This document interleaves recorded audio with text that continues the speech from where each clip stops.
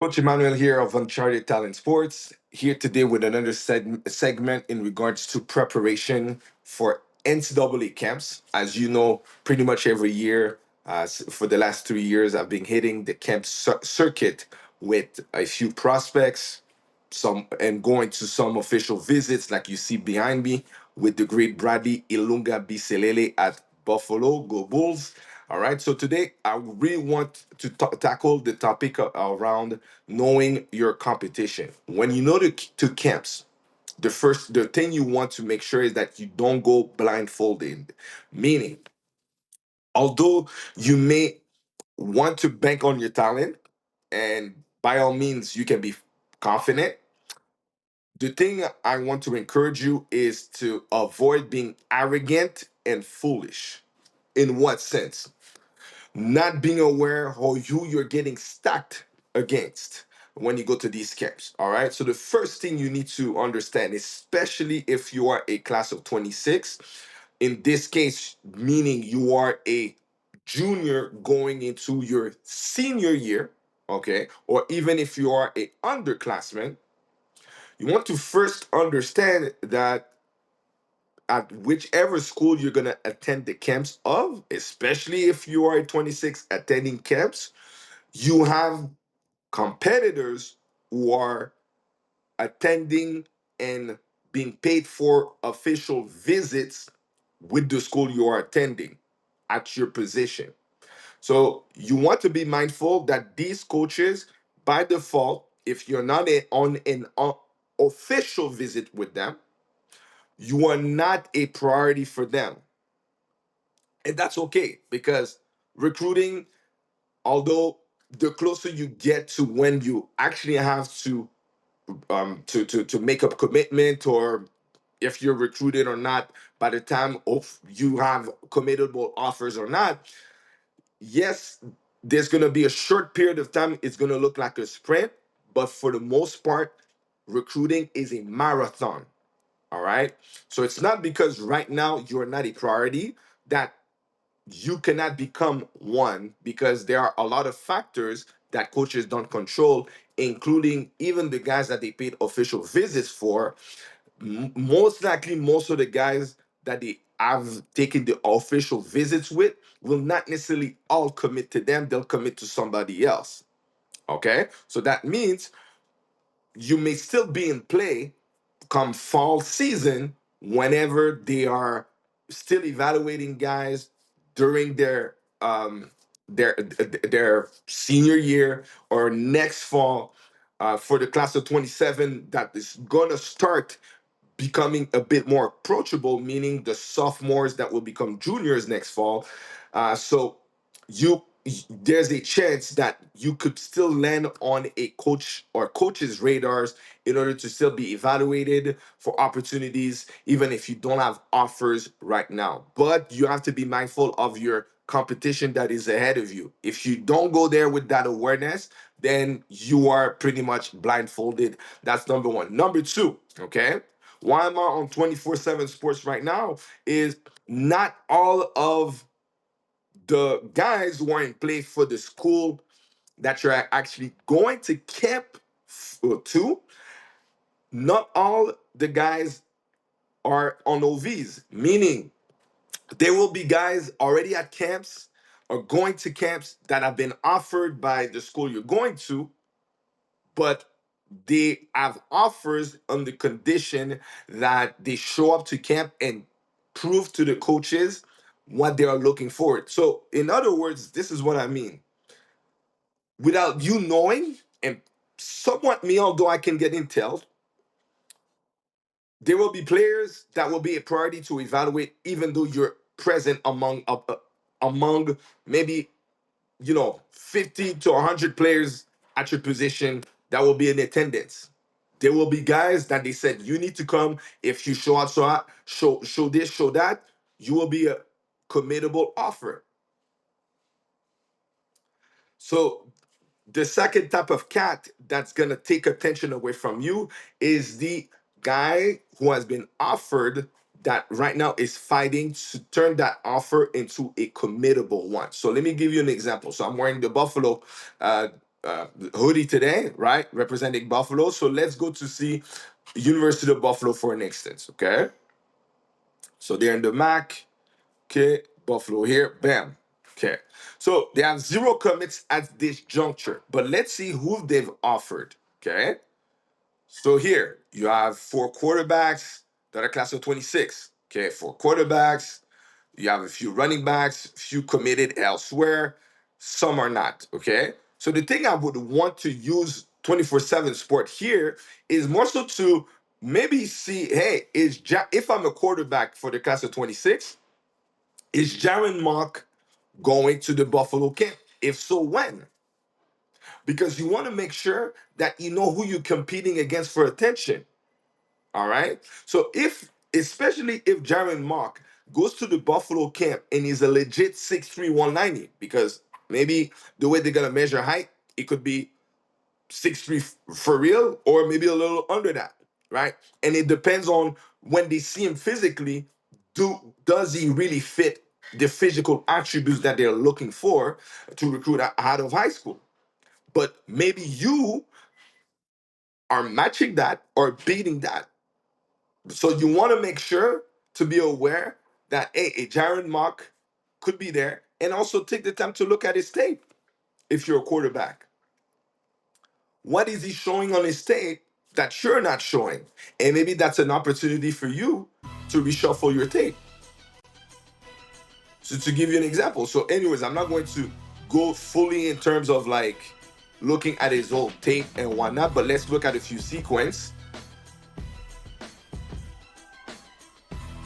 So you see, he steps up to throw, boom, touchdown. Okay, big throw. Okay, wait for it. Get through on the run, dime into tight coverage.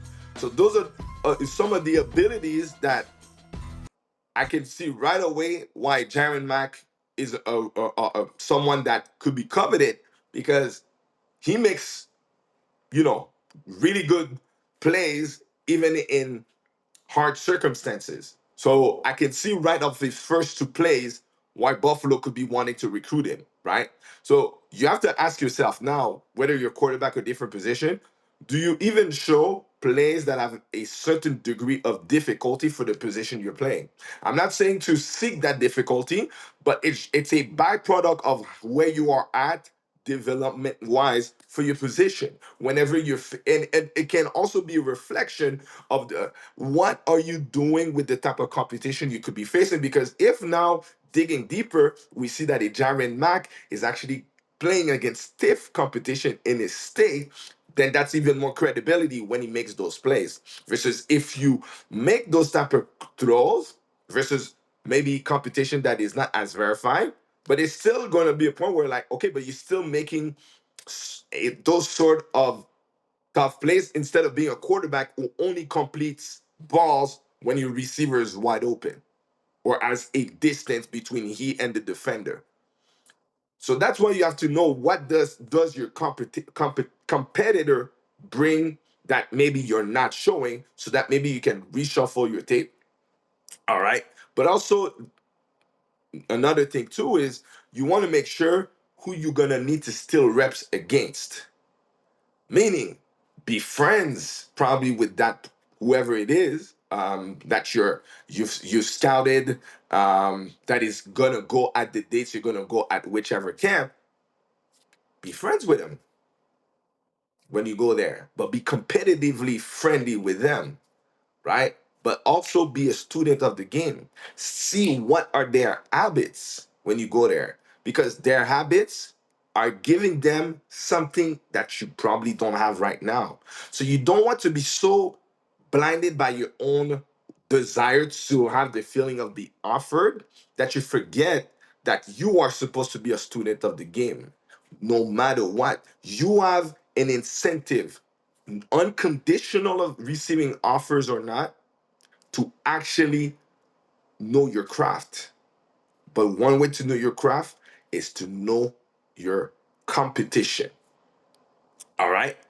And another tip too about knowing your competition. Okay.